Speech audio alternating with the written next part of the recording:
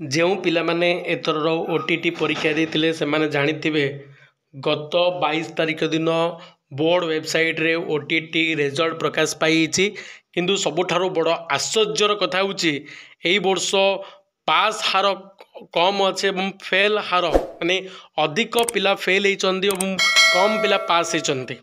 ଏହାର କାରଣ କ'ଣ ଏବଂ ଏଥିପାଇଁ ପିଲାମାନଙ୍କ ମନରେ ଗୋଟେ ସମସ୍ତେ ବିଦ୍ରୋହ ଭାବ ଯାତ୍ର କରୁଛନ୍ତି, ଯେଉଁଥିରେ କି ବିଭିନ୍ନ ଗଣମାଧ୍ୟମରେ ଦେଖିବାକୁ ମିଳୁଛି ପିଲାମାନଙ୍କର ବିକ୍ଷୋଭ ମନୋଭାବ ପ୍ରକାଶ ପାଇଛି, ଯେଉଁଥିରେ କି ଗୋଟେ ତୁମର ୱେବସାଇଟ୍ ବା ଗୋଟେ ଏ ଆସିଥିଲା ଯେଉଁଥିରେ ରିପୋର୍ଟରୁ ଦେଖିପାରୁଥିବ ତୁମେ ନ୍ୟୁଜ୍ ପେପରରୁ ଯେ ବୋର୍ଡ଼ ୱେବସାଇଟ୍ରୁ OTT ଫଳ ପ୍ରଚାର ପାଇଛି 50,000 ପିଲା ପାସ୍ ଏବଂ 90,000 ପିଲା ଫେଲ୍।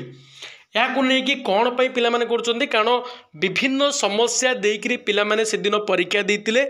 ଅଗଷ୍ଟ 17 ତାରିଖରେ ଯେଉଁ ପରୀକ୍ଷା ହେଇଥିଲା ସେଦିନ ବହୁତ ପ୍ରୋବ୍ଲେମ୍ ଥିଲା। ବହୁତ ସେଣ୍ଟରରେ କେଉଁ ସେଣ୍ଟରରେ ଲାଇନ୍ ନଥିଲା, କେଉଁ ସେଣ୍ଟରରେ ପିଲାମାନେ ବର୍ଷା ପାଇଁ ଘଡ଼ଘଡ଼ି ପାଇଁ ଶୀଘ୍ର ପହଞ୍ଚି ପାରୁନଥିଲେ। ସେଥିପାଇଁ ପୂର୍ବରୁ କ'ଣ କରାଯାଇଥିଲା, ପିଲାମାନଙ୍କ ଦ୍ୱାରା ବିକ୍ଷୋଭ ପ୍ରଦର୍ଶନ କରାଯାଇଥିଲା, କିନ୍ତୁ ବୋର୍ଡ଼ ୱେବସାଇଟ୍ ତରଫରୁ କିଛି ମଧ୍ୟ ପଦକ୍ଷେପ ନିଆଯାଇନଥିଲା। ପରବର୍ତ୍ତୀ ସମୟରେ ଯିଏ ବୋର୍ଡ଼ ସଭାପତି ମଧ୍ୟ କହିଥିଲେ ଯେ ଯେଉଁ ଜିଲ୍ଲା ଗୁଡ଼ିକରେ ବା ଯେଉଁ ସେଣ୍ଟର ଗୁଡ଼ିକରେ ଏସବୁ ପ୍ରୋବ୍ଲେମ୍ ପିଲାମାନେ ଫେସ୍ କରିଛନ୍ତି ସେମାନଙ୍କୁ ଗ୍ରେସ୍ ମାର୍କ ଦିଆଯିବ, କିନ୍ତୁ ତା ସମ୍ବନ୍ଧରେ କୌଣସି ପ୍ରକାର ନିଷ୍ପତ୍ତି ବା ପଦକ୍ଷେପ ନିଆଗଲାନି ଏବଂ ରେଜଲ୍ଟଟିକୁ ପ୍ରକାଶ ପାଇଗଲା, ଯଦ୍ୱାରା କି 1-2 ମାର୍କରେ ବହୁତ ପିଲାର କ'ଣ ହେଇପାରୁଛନ୍ତି କ୍ୱାଲିଫାଇ ହେଇପାରୁନାହାନ୍ତି OTT ଏକ୍ଜାମ୍ ପାଇଁ।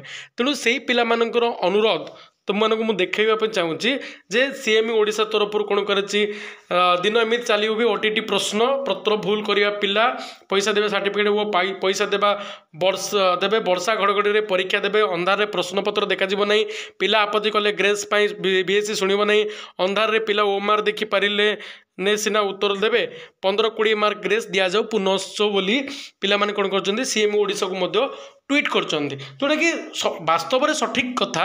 ପିଲାମାନଙ୍କୁ 10ରୁ 15 ମାର୍କ ଗ୍ରେସ୍ ମାର୍କ ମିଳିବା କଥା, କାରଣ ଯେହେତୁ ସେମାନଙ୍କର ବିଭିନ୍ନ ସମସ୍ୟା ଦେଇକରି ସେମାନେ କ'ଣ କରିଛନ୍ତି ପରୀକ୍ଷା ଦେଇଛନ୍ତି।